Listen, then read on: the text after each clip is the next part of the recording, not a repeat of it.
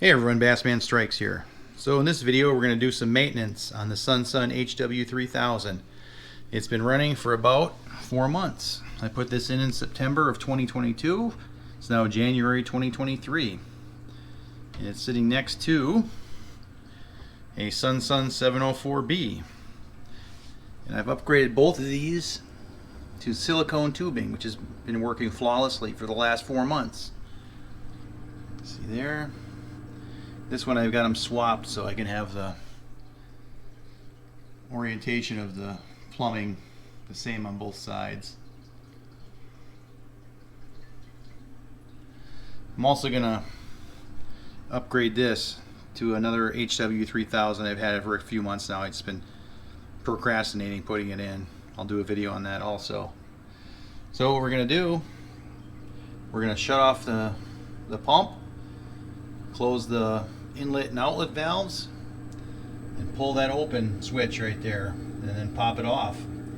Then we'll take the cover off, check the gasket, clean the sponges that are down in the bottom tray, put some new Purigen and carbon in. I use that ROX 3000 carbon. That stuff's pretty good, lasts a long time. And then we'll put her back together and get her going again for another 4 months. It should be pretty clean because I've got the HW3000, the 704B, and a Title 75. So I don't anticipate this thing being that dirty. If you look down here, I always keep my canisters in a little tray like this, just in case they ever start leaking if I get lazy and don't maintain the gasket. Because what happens is these gaskets, if you let them go for a long time, they get really hard, and then it'll start leaking from here. And yeah, usually if that does happen, you can catch it and just put a new gasket in and you're good to go. Alright, so we're going to pull it out, and I'm going to shut the camera off, and then I'll turn it back on once I get it out. Alright, so that's what it looks like when it comes out. You just open up both valves and then the unlock one. Hardly any water dripped out of this sucker. So what we're going to do now is we're going to pull the cover off and see how it looks. But I'm going to move it over to a different spot to do that. Alright, so let's crack it open and see what it looks like. Make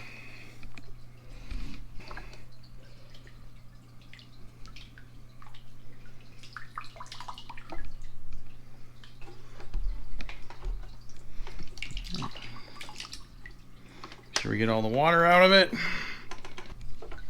You want to always make sure you set this down, you don't break your UV tube.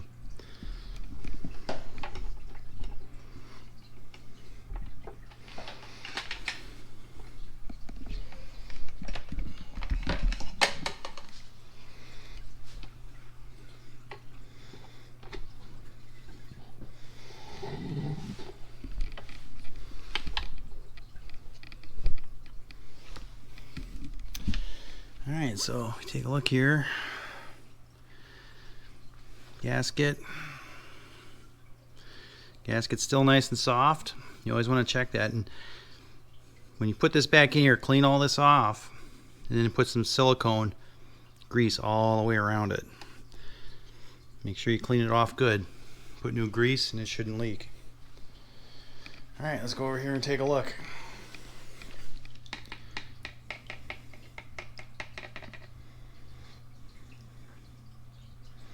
It's not too bad. So there's the first pad.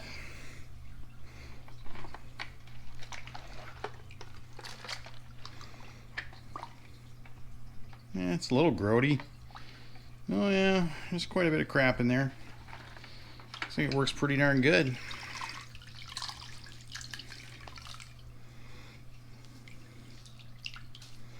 So we'll be tossing this one and put a new one in. So here's the Purigen carbon bag I had in here. So we'll set up a new one of these. You can see the Purigen has turned pretty dark. So that means it's exhausted. I'm not going to refresh it. I'm just going to put new stuff in. And then we've got our trays. This one has matrix in it. So I'm just going to rinse these with tank water before you take them all out. The other thing you want to do make sure you inspect these tubes, because depending on how much you run the UV light, these will break down over time. And you can see, you can feel it's rough in there. That's from the UV light. And look at the black stuff. So it's already breaking down, and this only runs 4 hours a day. So you just want to keep an eye on those. Make sure they don't break, because they get really brittle from the UV light.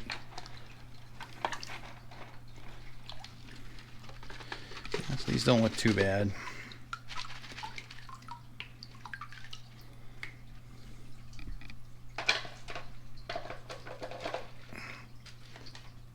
Yeah, that one looks pretty good.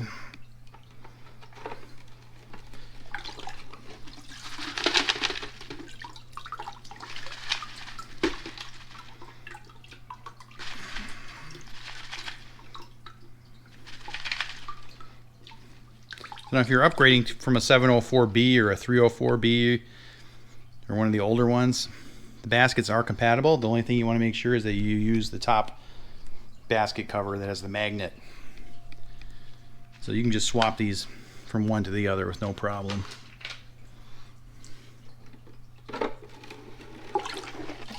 there we have the foams.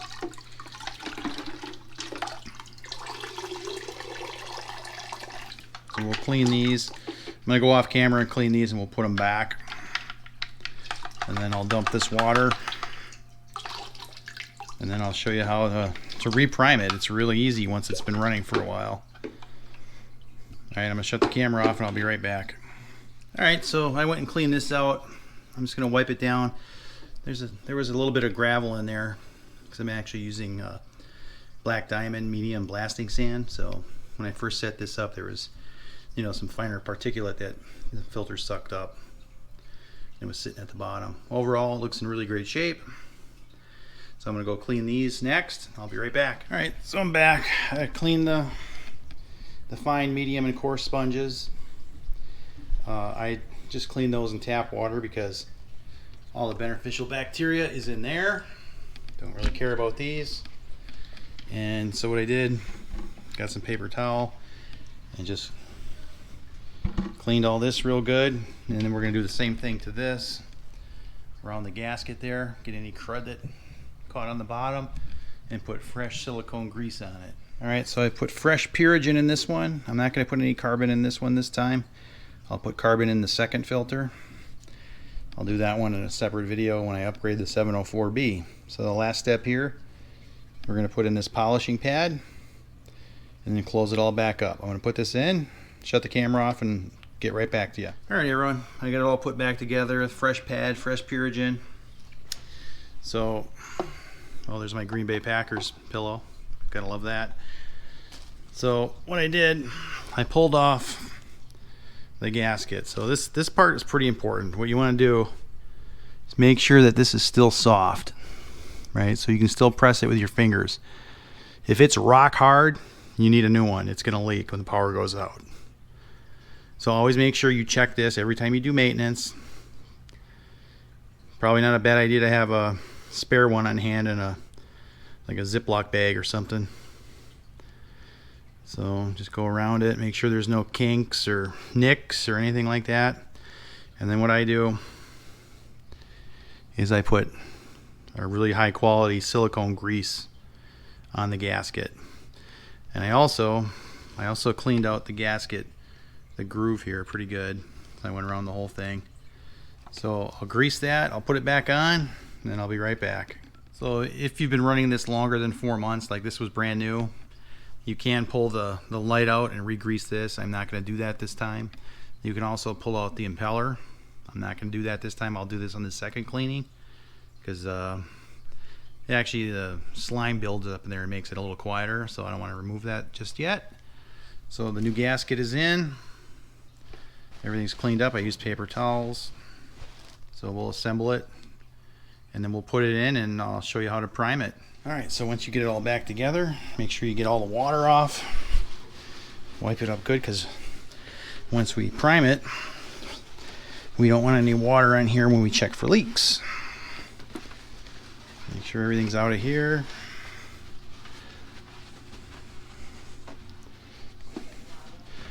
It's also a good idea to go around the inside of these. Make sure there isn't any crud in here.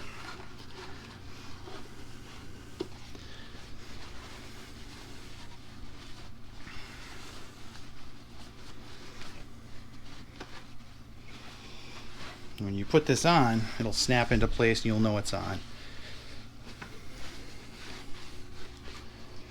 And this one's a little bit different than the 704B.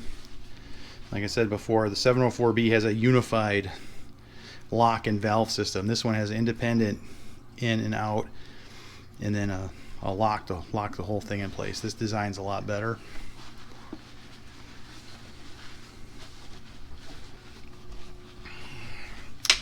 So there's my bucket, and I got a little anti-vibration pad I put under here. It helps with the noise. I mean, it's not super loud to begin with, but make sure you don't have any water in here because you don't want any false positives when you're checking for the leaks. So make sure you got all your water, any drips taken care of. And so there's the valve block. So it's pretty easy. Since this is already primed, it's going to be super easy to get this thing going again. And I'm going to show that in just a minute. I'm going to lift it up into here, and then I'll plug it in and we'll turn it on, show you how to do it. Be right back. All right, so we got it back in the cabinet. Put it back into the same position it was before. Take your valve block and put it back in.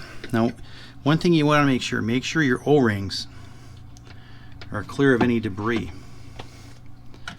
So this has a double O-ring. This one looks pretty good. So we're just going to put it back in. So you push it in, and it'll be a little difficult because it has double O-rings. It seals really good. All right. So once you have it in, it'll be flush, just like that. So then what you do is you lock it. There should be no resistance on this, just like that. So then all you do is you want to open up your inlet first, which is this one. I have it reversed because I wanted it in a certain way. And then open up your outlet first. Then that one. It'll start filling up the water. You can hear it. So it's pulling new water in from the tank, and it's filling up the canister. So you just wait until that's all done. Then you plug it in, you're good to go. Check for leaks. Be right back. If it starts leaking, it's going to leak from right here. You'll see it dribbling down. That just means you have some debris on your gasket, or it's hard or whatever. So that's pretty much it. It's very simple. So in my next video, what I'm going to do is we're going to be upgrading this 704B to another HW3000. And one thing you'll notice, if I pull back so you can see both of them, notice the valve blocks. The 704B sits higher than the HW3000. So if you're upgrading this, you got to be very careful about the hose length. And I actually have some extra hose. I'm going to cut new hose so it fits. I'm not going to mess around with that. And then I'll keep this 704B as a spare. This thing's been running great. This thing's old. It's like almost 5 years old, and it still runs like a top. I've replaced the impeller a couple times, but that's about it. This is also a really great filter. You can't go wrong. But this one with the UV timer and stuff is just a little more convenient. And they really improved the valve block on this one too. It has double O-rings. It's just an overall better design. But there's absolutely nothing wrong with this either. You just have to do a little more maintenance on it. So stay tuned for the video where I upgrade this filter to the HW3000. Bassman out. Thanks for watching Bassman Strikes Kayak Fishing. If you like this video, please click the subscribe and like buttons. If you'd like to be notified of new content, click the bell button. If you have any questions about lures, equipment, etc., please leave a comment. Also, be sure to check out our Facebook page and join our group Black Bass Central. Links will be in the description. We'll see you next time.